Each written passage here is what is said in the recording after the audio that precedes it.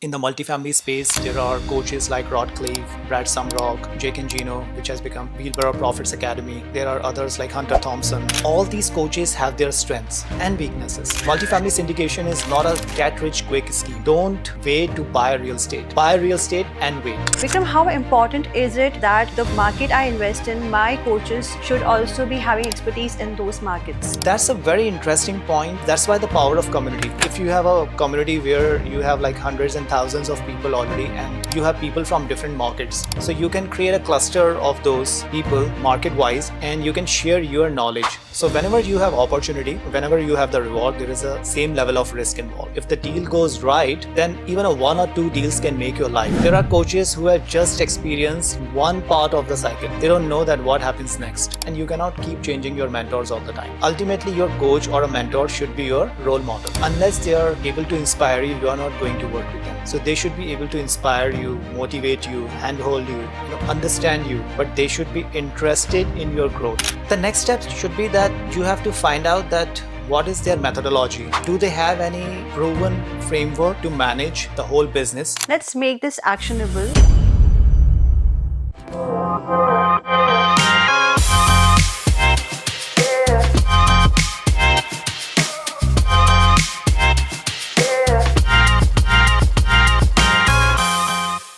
Welcome everyone. Today we are going to talk about one of the most critical decisions you will ever make on multifamily investing journey, choosing the right coach for yourself. Let's get started.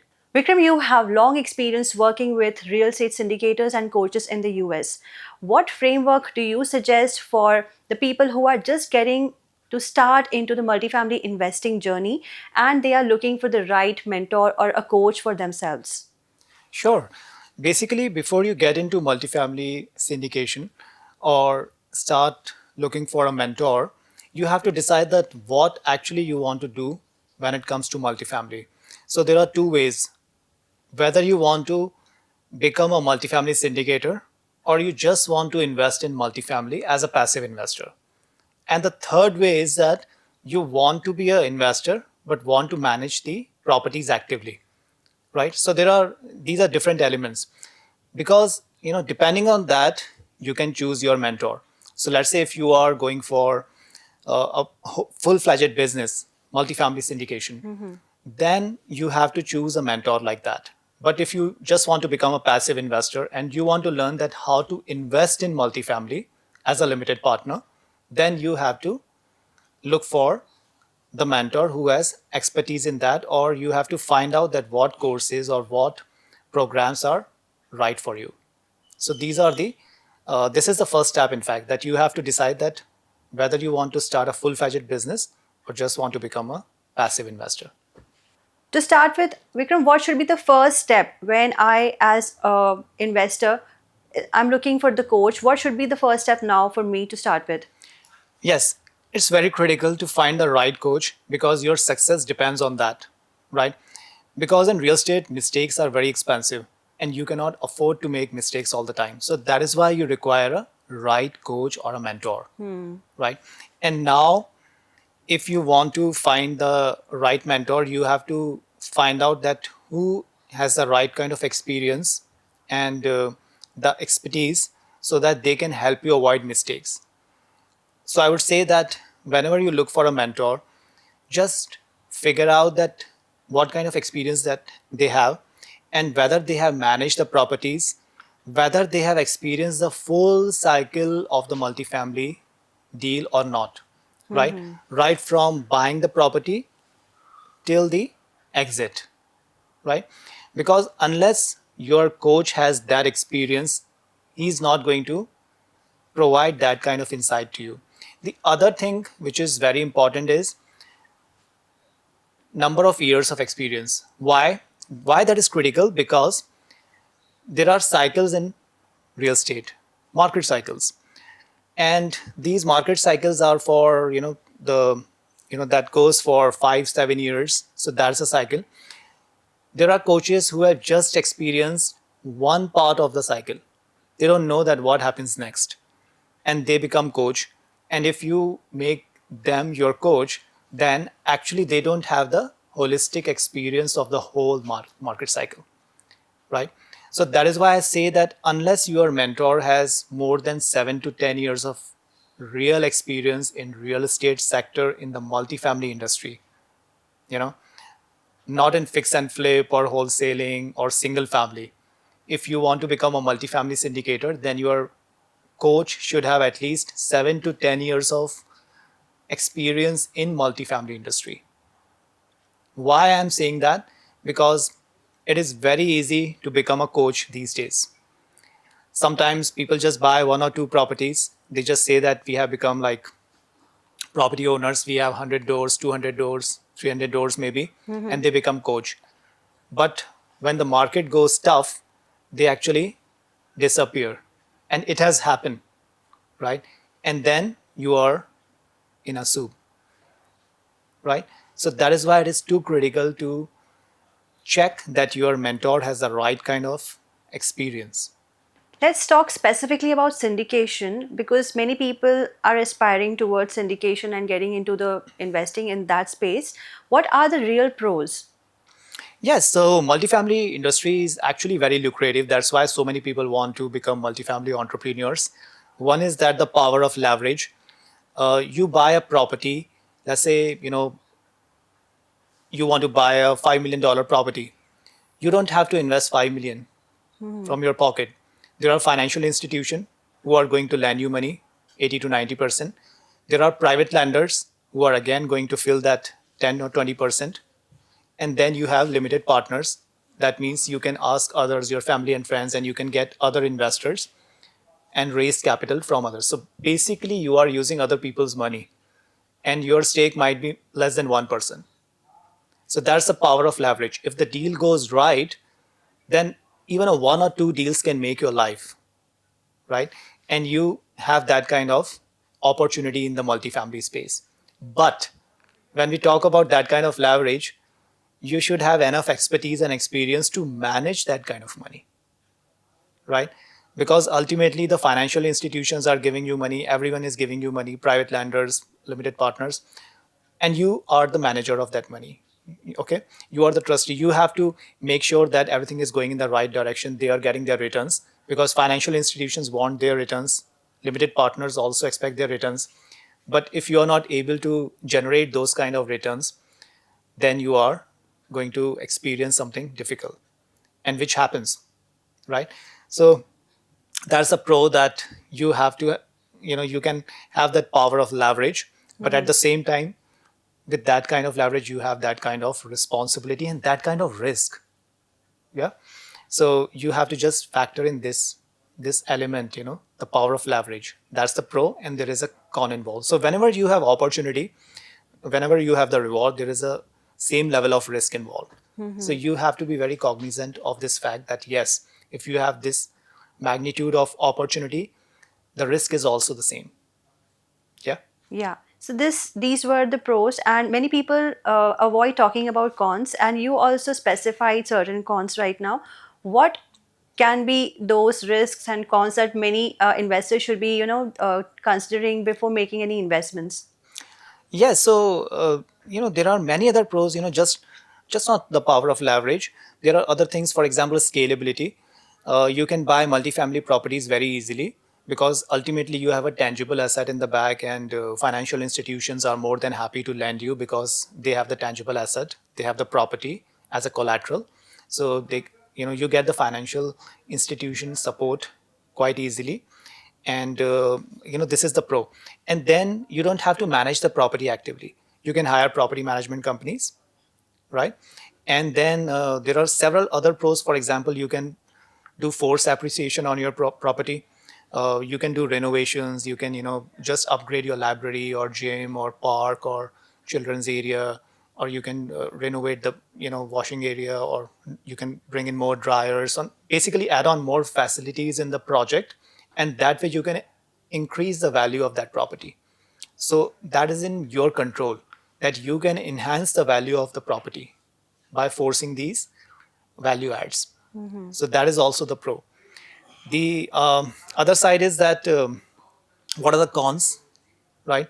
The con is, and the risk which are involved here is that you are taking money from other institutions, Okay. And now let's say the interest rates change, which happened like in the last 2 3 years in the US. We experienced that there is a sudden rise in the interest rates, and now your cost of borrowing has increased, Yes. right? And but the rents are not increasing at that pace, so your that you know that profitability is going to go down, but your costs are going to be same or maybe increasing. So the insurance cost, for example, also increase at the same time when the interest rates were increasing. So that was a double whammy on the multifamily investors, the general partners. So they had to manage so many other elements, including these costs, and that is why the returns for investors get into negative, and then you have no profitability, and that is why so many projects crashed also. So I spoke about the risk involved because that kind of leverage was there, and this is the biggest challenge. So you have to manage that kind of a risk. So, with this, I understand that syndication isn't for everyone. Syndication is not for everyone. It's a full-fledged business. Like in any other business, you have certain risk. You talk about automotive, FMCG, you talk about any industry, technology, they have also certain kind of risk involved, right? And multifamily syndication is not a get rich quick scheme.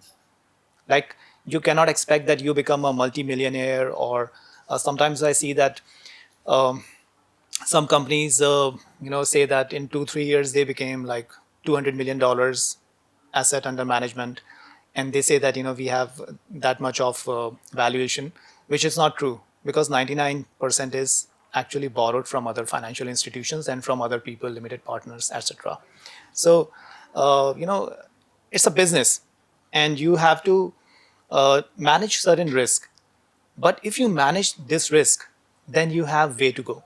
Okay, so moving on to the next part, when you said that we need to do the self-assessment before choosing the mentor, we have talked about syndication and how, for example, a person has done the self-assessment and now they say they are ready to find a coach. What should be their next step now? The next step should be that you have to find out that what is their methodology. Do they have any proven framework to manage the whole affair, the whole business? Because some people are experts in certain areas. For example, there are coaches who are expert in capital raising only. They may not have that kind of experience in property management, but you are going to start a business of multifamily syndication. So it becomes like you just know about that. You just know one thing and you don't know anything about the other. So I know about the finance, but I don't know anything about marketing. I don't know anything about human resources. I'm just giving you an example. you know so you have to be basically a generalist as a business, as an entrepreneur. So you have to make sure that you are finding the coach who has expertise in pretty much the whole value chain of the business.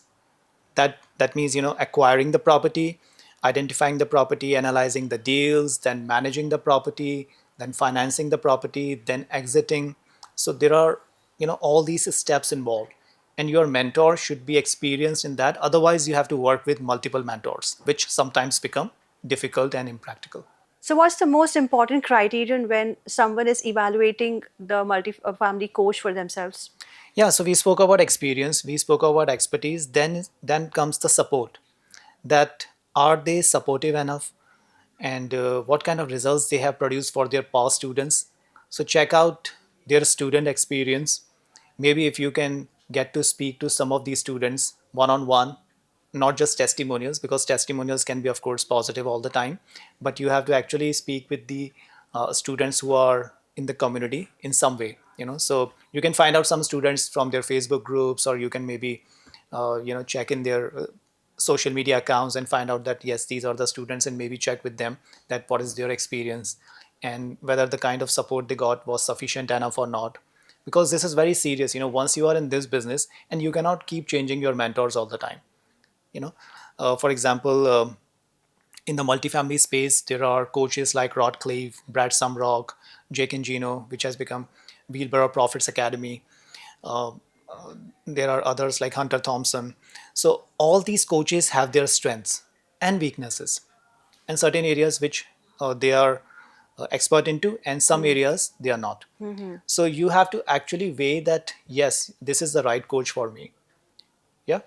For example, there are certain coaches, for they are experts in, like, they know everything about capital raising. There are some coaches who have very strong communities, because in multifamily space, for example, with the Jake and Gino community, it's a very strong community and very supportive people. And whenever you want any information or any guidance or any support, along with the coaches, your peers can also support you, because they are also in the same boat. So if you have that kind of network with you, that kind of supportive community with you, then you are in a very good spot. Yeah, because in real estate, relationships matter. And let's say, someone has experienced something good in the industry. Let's say someone knows that, this is the interest rate strategy you can follow right now, or this is the insurance provider, this is a good strategy for you to manage your properties. So people keep on sharing their ideas, right? So the good knowledge multiplies for you, and you have so much of insight without taking risk. Like, there is one way that you buy a property at your own risk, with your own analysis, and you hire property management companies, you hire insurance providers, you hire other service providers, and you just keep taking risk, and just, you know that's one way, which is very expensive Such a sometimes. giant risk, yes. Yeah, but if there are some people who are telling you that, yes, this is working for them and this is not working for them, then you have the advantage. You can avoid the pitfalls, Right. and that way your growth is actually very fast. So you were talking about support. I would like to understand what kind of post-education support coaches can provide. Yes, actually, multifamily industry is very intensive in terms of knowledge.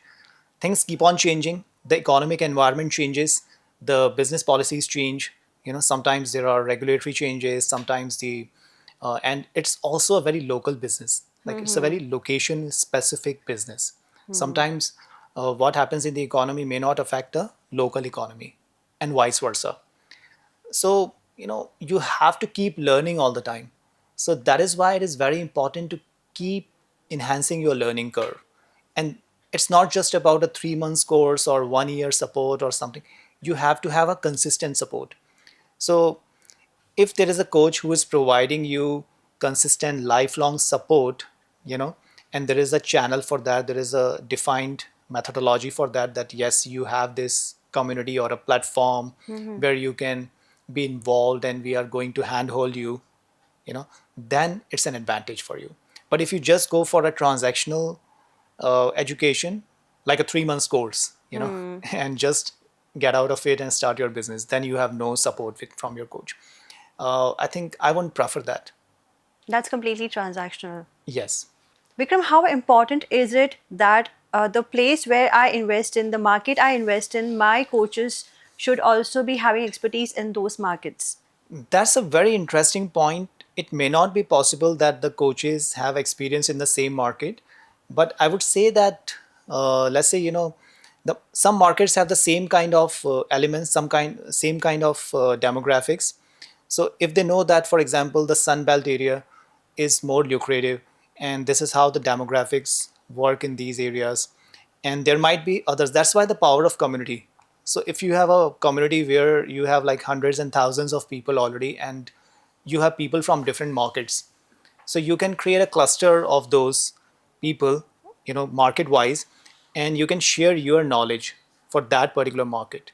That yes, there is a population increase or decrease, or maybe these are the new companies which are coming, and these are the new employment opportunities, and that's why the rents are going to be stronger. Like, the rent growth is going to be better because of these employment opportunities in this area. This is how basically real estate basics and all. So you can definitely take help from your community. That's why I say that, if you are going with a mentor, always look for that they have a very powerful community and very supportive community. That's critical for your success. These are very important points that you have discussed right now. Any red flags we should be looking for? Red flags can be that, I would say that, because real estate is not a get rich quick scheme. So if any mentor says that you join my coaching and you become a multimillionaire in 1 year or 2 years, in a few months, that's not possible, and it's impractical, and you should not be believing in those kind of claims. At the same time, your coaches and your mentors should also be talking about the risk involved. And basically, success in real estate is all about risk management. Every other thing, you know, every other thing in terms of growth and appreciation happens, because ultimately, if you wait in a market, like somebody says that there's a very famous quote that don't wait to buy real estate, buy real estate and wait. So if you Okay. buy real estate at a certain good location, it is going to appreciate because there is time value involved, and I've seen that most of the times if you buy a good property at a good location with certain basic fundamentals which any child can understand, you know, the property is going to appreciate, but there are dynamics involved, right? How that property is managed, and what happens which things which are not in your control, like interest rates, for example, these kind of things. So that is why I say that you have to understand the whole dynamics of the industry. It's a business, and if your potential coach or any mentor just gives you a rosy picture about the industry and not tells you about the risk, then it is not going to work for you. Let's make this actionable. Let's suppose that if someone is listening to this right now and they say that I'm ready to find a coach and they are ready to invest, what kind of next step they should be working on? I would suggest that attend their few webinars or master classes, free webinars, or maybe some small ticket courses, and get into that community. So pretty much all the coaches these days are offering you some way to involve with them. So you don't have to buy a 10,000, 20,000, $30,000 mentorship right away. You can just get into the community, get into their platforms by, let's say, buying $100 coaching program, or or maybe a webinar or a masterclass, and just get a feel of it, that how things are working. Ask some very practical questions that, hey, can you give me a demo of your community? What kind of resources are there? What kind of support is available? And what is your channel? How I can approach my coach? These kind of basic things. And once you are sure that yes, these things are working for me after 3-4 months, so don't jump into that outright. Try that out for 3-4 months, attend their different programs, and pretty much all the coaches are giving you, they are, maybe you can go to the conferences. They are organizing events, offline events, not just online. Attend their offline events, right? Speak to them directly, and you will ultimately find out that yes, this coach. So actually, your coach should also resonate with your personality, role model, because ultimately your coach or a mentor should be your role model. Unless they are able to inspire you, you are not going to work with them. So they should be able to inspire you, motivate you, handhold you, understand you. So it's not just about per se a business relationship, but they should be interested in your growth. So if you find out that yes, they are committed enough as a coach, then you should work with them. And for suppose if any person is not able to afford the coach right now, what should he do now? YouTube University, I would say, Okay. Internet University. There are so many things which are available, on Udemy, for example. Go for some Udemy courses. There are excellent courses on Udemy, and YouTube also gives you quite a lot of resources. Some coaches provide you a feel like, they give you some $100, $500 blueprint on how to work or how to get started with multifamily investing. So start with that, and do some testing. For example, like I remember that when I started investing in equity markets, uh, there were some programs, and they told me that just don't invest in the stock market with your money, with your real money. Just do testing. Just do a pilot, like a role play. That yes, you did this kind of research, you are studying the technical charts, and you invested in this stock, and then you exited. So what was your, whether you are able to identify the spots or not, right? So just test out that how this is working. The same applies to real estate. you know just get into, just study the market, just find out, just keep doing your work for at least 3 to 6 months. because ultimately you are going to adopt it as a career, and it's going to be a serious step for you, and you are going to be managing like millions of dollars of properties, and there are people involved in that. So you have to be serious and just go for 3 to 6 months of this kind of testing, a pilot, and then you will have confidence that yes, this industry is made for, or you are made for this industry or not, whether you are the right fit for this industry or not. Those kind of questions, basically. These were excellent insights, Vikram. Let's wrap up the episode with your top three recommendations if someone wants to find a right coach for themselves. Yes, so my first advice, the tip number one is that right kind of experience and expertise. Then second is that what kind of support level is available. And third is that whether the coach is really interested in your growth personally or not. That was incredibly insightful, Vikram. I hope anybody who is watching this is able to find a right coach or mentor for themselves, and the mentor who is not just has experience and expertise, but they are actually interested in their growth. Remember, the right coach or a mentor is not just interested in how much and how you invest in real estate, but they're also interested in your growth while you are learning to do the things. Thank you for joining us today, and we will see you in the next episode.